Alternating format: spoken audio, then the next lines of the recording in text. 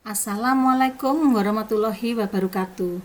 Selamat bertemu kembali dalam mata pelajaran kimia SMK kelas 10. Salam kangen dan salam semangat di COVID-19 untuk anak-anak didikku SMKN 1 Sumberase. Bisa hebat. Saya, Debbie Sagitarina, biasa dipanggil Bu Debbie, akan menyajikan materi yang berjudul pemisahan campuran. Harapan Ibu Guru pada KBM melalui daring ini tertulis pada tujuan pembelajaran yaitu 1. Siswa dapat mengklasifikasikan materi. Yang kedua, siswa dapat mengenal berbagai cara pemisahan suatu campuran. Yang ketiga, siswa dapat menentukan cara pemisahan komponen-komponen dalam suatu campuran berdasarkan sifat fisiknya. Sebelum mempelajari tentang berbagai metode pemisahan campuran, kita harus mengenal terlebih dahulu tentang berbagai macam materi atau zat berdasarkan pengelompokannya. Kita perlu tahu bahwa materi atau zat diklasifikasikan dalam dua kelompok, yaitu kelompok zat tunggal dan kelompok campuran. Untuk kelompok zat tunggal terdiri dari unsur dan senyawa. Sedangkan kelompok campuran terbagi menjadi dua, yaitu campuran homogen dan campuran heterogen. Campuran homogen biasa disebut dengan larutan. Sedangkan campuran heterogen terdiri dari koloid dan suspensi. Kesepakatan kita nanti untuk campuran heterogen yaitu koloid dan suspensi kita bisa menyebutnya sebagai campuran. Begitu saja. Dapat kita simpulkan di sini bahwa ada 4 kelompok besar dalam materi atau zat, yaitu golongan unsur, golongan senyawa, golongan larutan, dan terakhir adalah golongan campuran. Nah, selanjutnya zat-zat apa saja yang termasuk dalam unsur, senyawa, larutan, dan suspensi atau campuran? Nah, sekarang marilah kita kupas satu persatu penggolongan materi atau zat. Yang pertama yaitu unsur. Unsur adalah zat tunggal yang dengan cara kimia biasa tidak dapat diuraikan menjadi zat lain yang lebih sederhana. Berarti unsur adalah zat yang paling sederhana. Contohnya di situ adalah unsur-unsur logam dan unsur-unsur non logam. Untuk unsur-unsur non logam di situ ada belerang, kemudian helium, karbon, dan oksigen. Sedangkan untuk unsur-unsur logam, di situ emas, besi, kemudian aluminium. Nah, sekarang bagaimana dengan senyawa? Senyawa adalah zat tunggal yang dengan cara kimia biasa masih dapat diuraikan kembali menjadi unsur-unsur penyusunnya. Contoh di situ adalah senyawa air, yaitu tersusun dari unsur H, hidrogen, dan unsur O, oksigen. Kemudian senyawa glukosa, senyawa urea, dan senyawa karbon dioksida. Berikutnya, larutan. Larutan adalah campuran yang bersifat homogen, serba sama. Larutan atau solution itu terdiri dari zat terlarut yang disebut dengan solut dan zat pelarut disebut dengan solvent. Contohnya di situ ada larutan gula. Larutan gula terdiri dari gula dan air yang bercampur secara sempurna. Gula disebut zat terlarut, sedangkan air disebut dengan pelarut. Contoh yang lain untuk larutan yaitu larutan alkohol, spiritus, dan masih banyak yang lainnya. Nah, sekarang kita kupas tentang campuran heterogen, yaitu tentang koloid dan suspensi. Koloid adalah campuran yang nampaknya homogen tapi dia bersifat heterogen. Umumnya bersifat stabil dan tidak mengendap. Sedangkan suspensi yaitu campuran yang bersifat heterogen, zat penyusunnya tidak bercampur secara sempurna. Untuk koloid contohnya adalah cat, santan, es krim, mentega, kabut asap, dan lain sebagainya. Sedangkan suspensi adalah campuran minyak dengan air, campuran gula dengan bubuk kopi, campuran gamping dan pasir. Nah, itu adalah tentang berbagai contoh materi dan materi atau zat. Nah, sekarang kita sampai pada pembahasan inti, yaitu pemisahan komponen dalam campuran. Ada berbagai macam cara pemisahan komponen dalam campuran. Ada 10 yang akan kita bahas di sini, yaitu 1.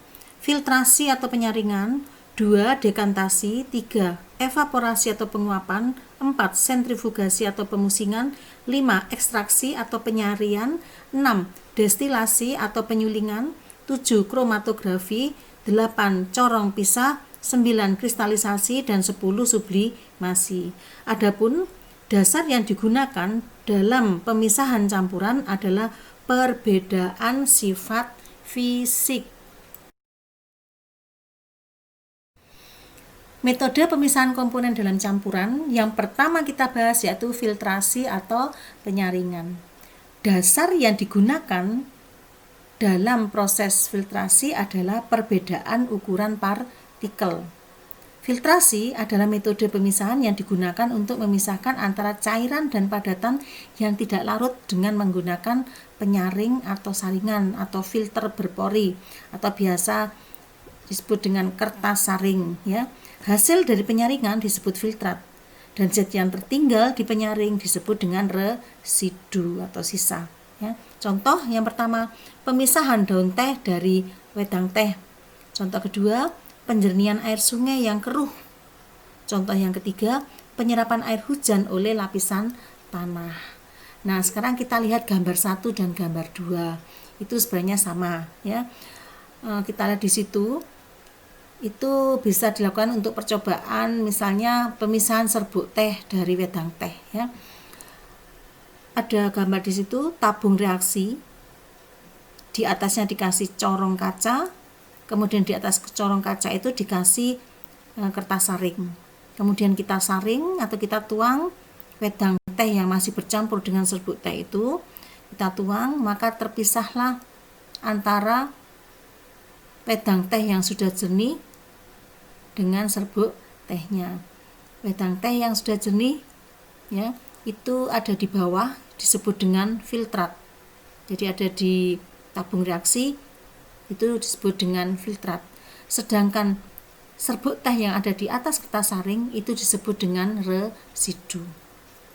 Untuk gambar 3, kita lihat itu adalah proses penjernihan air sungai yang keruh. Ya, kita bisa melakukan percobaan dengan cara kita susun hijau di bagian bawah, terus di atasnya dikasih kerikil, kemudian atasnya lagi dikasih pasir dengan ketebalan tertentu. Semakin tebal, maka semakin jernih hasilnya. Semakin dilakukan berkali-kali juga semakin lebih jernih. Kalau kita tuang di atasnya air sungai yang keruh, maka di situ pasir, kerikil, dan hijau akan bisa menjadi penyaring, ya.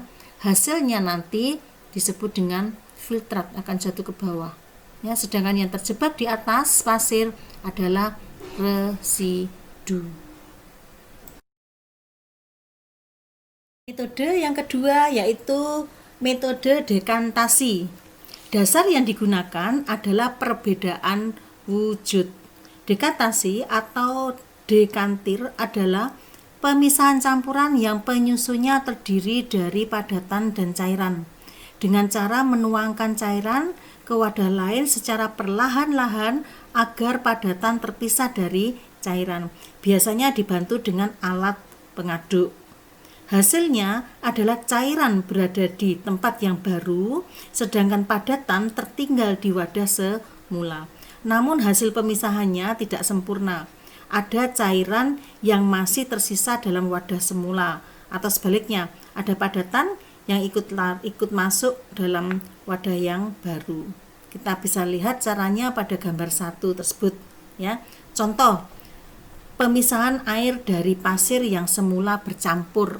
Kemudian pemisahan bubuk kopi dari wedang kopi. Yang ketiga, pemisahan minyak bekas pakai dari endapan kotoran yang mencampurinya.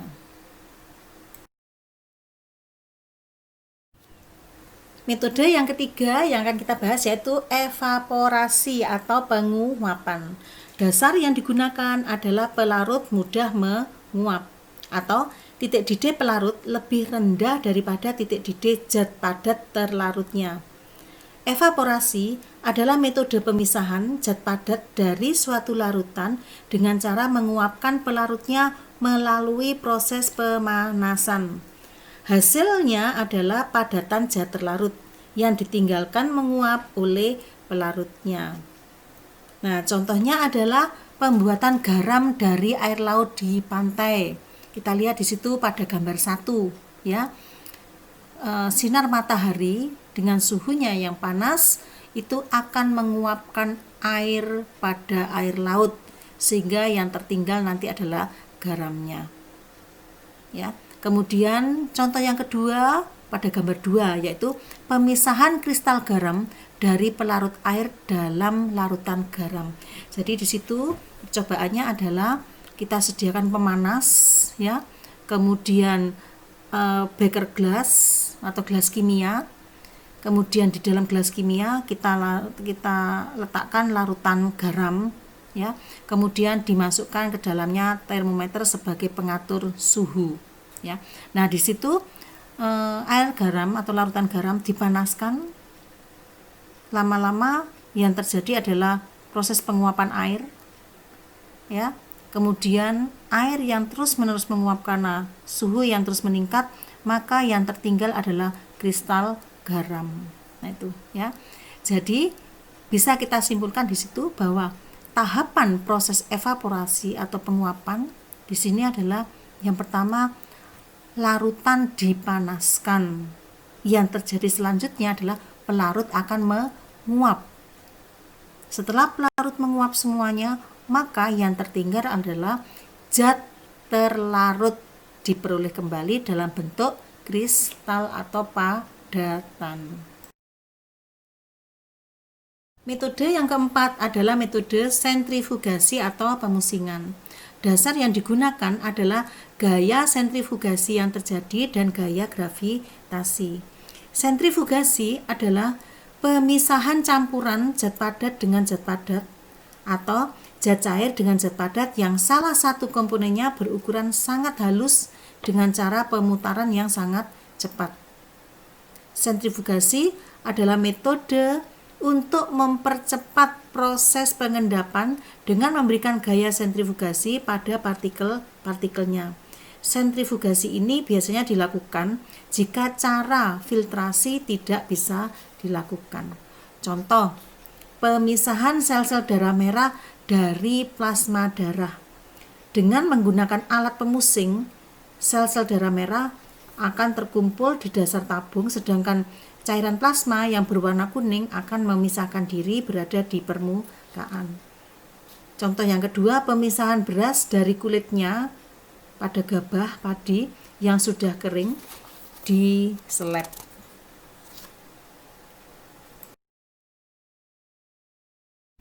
Kita sampai pada pembahasan yang kelima, yaitu metode ekstraksi atau penyarian.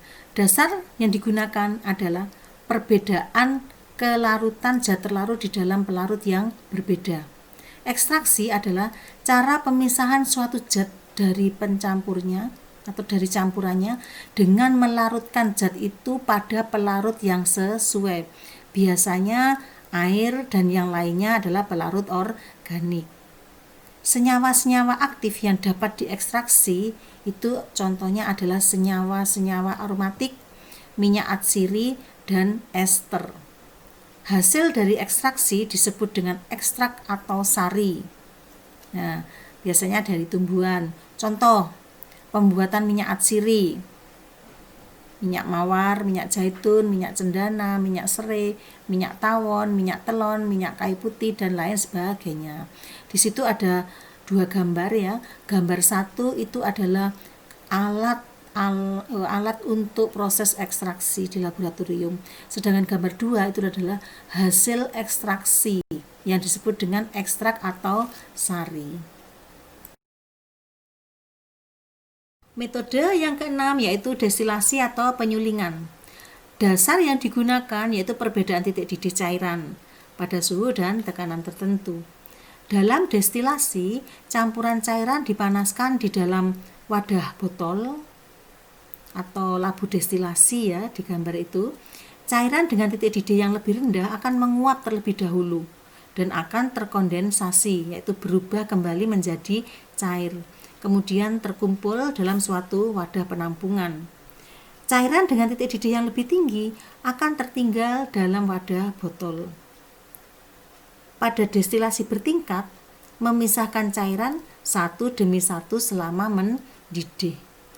Nah, sekarang pada prinsipnya proses destilasi melibatkan kegiatan yang pertama itu penguapan campuran, dilanjutkan dengan proses pendinginan, dan yang terakhir adalah proses pengembunan.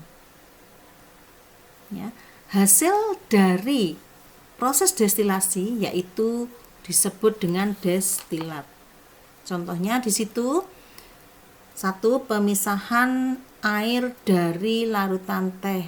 Contoh kedua, pemurnian minyak bumi menjadi fraksi-fraksinya seperti bensin, solar, dan sebagainya. Yang ketiga, pemurnian alkohol yang terbentuk dari proses fermentasi, di mana masih berupa larutan alkohol, belum alkohol yang murni. Nah, kita lihat sekarang gambar 1. Gambar 1 itu misalnya kita mau melakukan percobaan memisahkan air dari larutan teh. Ya, larutan teh yang akan dipisahkan antara air dan tehnya itu ditaruh dalam labu destilasi kemudian dipanaskan. Maka air akan menguap, uap air akan mengalir dalam kondensor, uap akan diubah menjadi cair. Kemudian cairan atau air itu akan tertampung dalam labu penampungan. Yang tertinggal nanti adalah teh dalam labu destilasi. Sehingga pada proses ini terpisahlah antara air dan teh. Kemudian gambar 2 itu adalah gambar proses pemurnian minyak bumi atau minyak mentah menjadi fraksi-fraksinya seperti bensin, solar, dan lain sebagainya sampai bisa digunakan. Di sini pemanasan secara bertingkat ya dan berulang-ulang untuk pemurniannya. Mulai dari suhu yang rendah sampai suhu yang tinggi sehingga akan terpisah fraksi-fraksinya sesuai dengan perbedaan titik didih cairan. Nah, itu adalah proses destilasi. Metode yang ketujuh yaitu kromatografi. Dasar yang digunakan adalah perbedaan daya serap.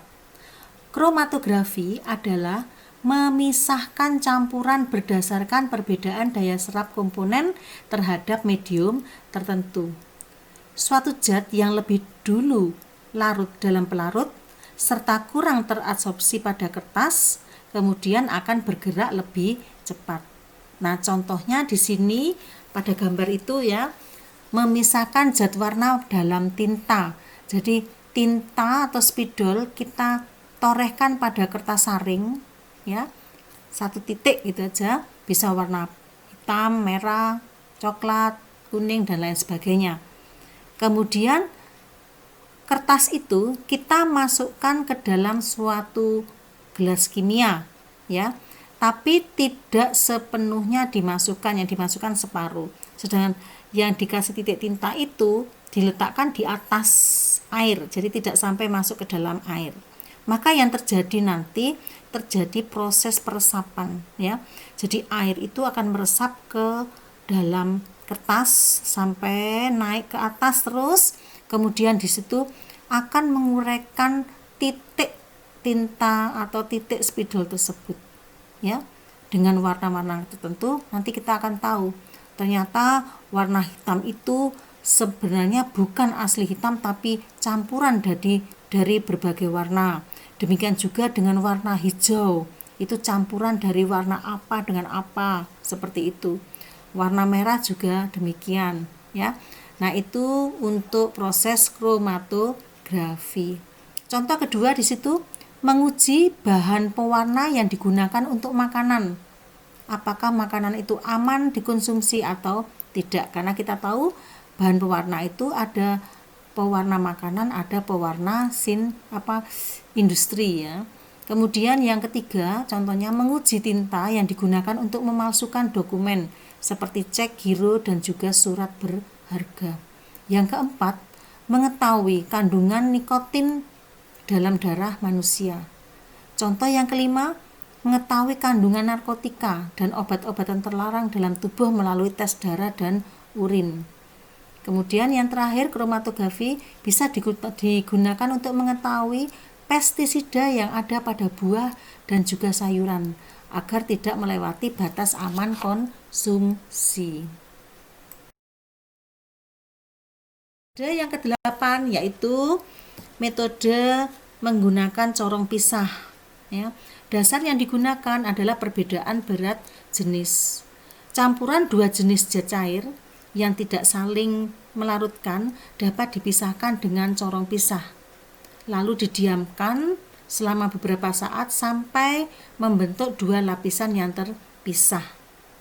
Contohnya memisahkan minyak dengan air pada campuran air yang berminyak atau minyak yang berair.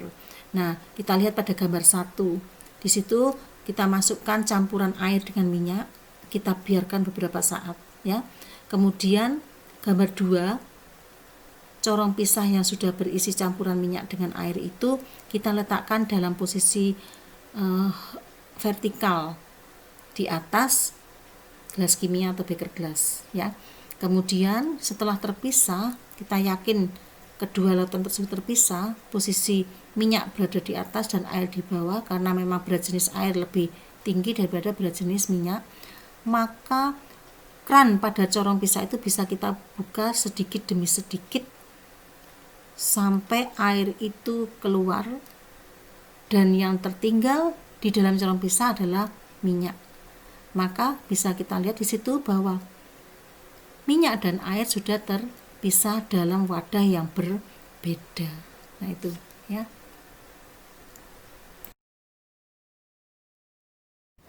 Metode yang ke-9 dari pemisahan komponen dalam campuran yaitu metode kristalisasi.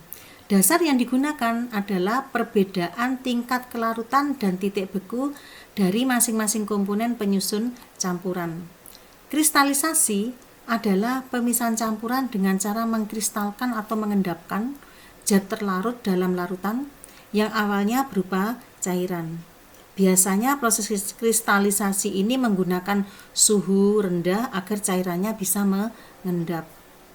Nah, pada proses kristalisasi, larutan pekat didinginkan sehingga zat terlarut mengkristal.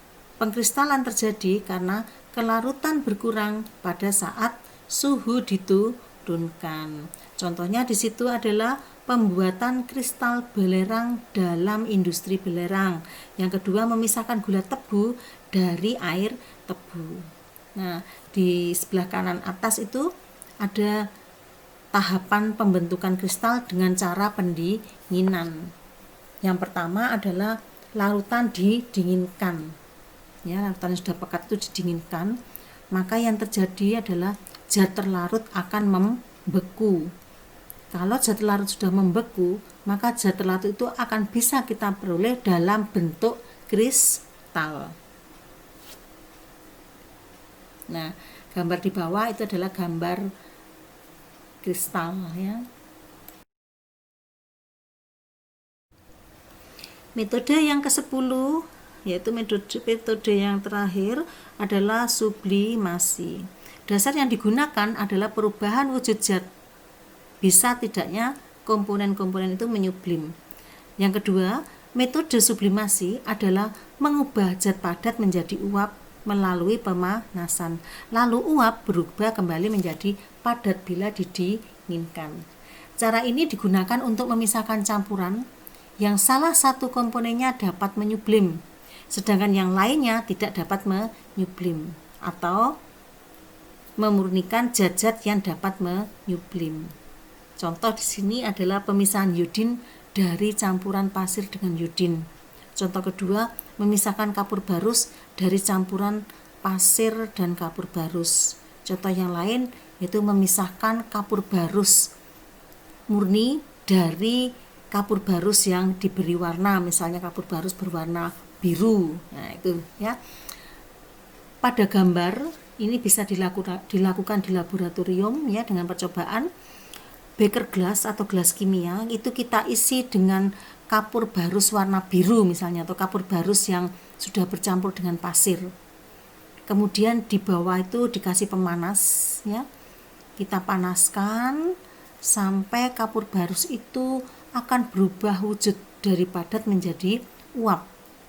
Kemudian di atas beker gelas kita taruh piring kaca yang atasnya sudah diberi bongkahan es batu. Jadi tujuannya supaya terjadi proses pendinginan. Di sini kapur barus yang sudah murni itu akan menempel di bawah piring. Karena ada proses pendinginan, maka terbentuklah kristal-kristal kapur barus di situ, ya. Nah, disinilah proses sublimasi terjadi. Demikian pembahasan tentang pemisahan campuran. Selanjutnya adalah tugas untuk siswa. Tugas 1. Di sini ada 4 pertanyaan, ya. 1. Manakah yang lebih cepat larut? Gula dalam air diaduk dengan sendok ataukah gula dalam air tanpa diaduk? Yang kedua, manakah yang cepat larut dalam air? Gula pasir ataukah pakai gula batu? Yang ketiga, manakah yang cepat larut? Garam dalam air biasa ataukah garam dalam air panas? Yang keempat, dari ketiga peristiwa di atas, buatlah suatu kesimpulan tentang sifat larutan atau campuran dibandingkan dengan sifat komponen penyusunnya. Faktor-faktor apa saja yang dapat mempengaruhi pelarutan zat larut dalam pelarutnya? Ya, tugas yang kedua yaitu sebutkan cara yang paling tepat untuk memisahkan komponen zat penyusun dalam berbagai campuran berikut dan berilah alasannya. Lakukan percobaan bila memungkinkan. Jika tidak, gunakan literasi dari berbagai sumber. Nomor 1, memisahkan kotoran yang terdapat dalam larutan garam lokal atau air laut. Yang kedua, memisahkan garam dari larutan garam. Yang ketiga, menguraikan warna-warna yang menyusun spidol warna hitam dan biru. Yang keempat, memisahkan bensin solar dan minyak tanah dari minyak bumi atau minyak mentah. Yang kelima, memutihkan kapur barus yang berwarna merah. Yang keenam, pembuatan minyak atsiri seperti minyak kayu putih. Yang ketujuh, memisahkan santan dari kelapa parut. Yang kedelapan, memisahkan campuran pasir dan serbuk kayu. Silahkan mengerjakan.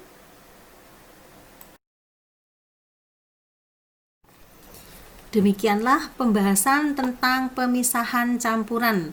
Semoga bisa membuka wawasan anak-anak didikku semua. Terima kasih atas kerjasamanya. Pesan bijak dari Bu Debi untuk anak-anak harapan bangsa Indonesia. Orang pendek akal memutuskan lebih dulu, berpikir kemudian. Orang panjang akal berpikir lebih dulu sebelum bertindak. Wassalamualaikum warahmatullahi wabarakatuh.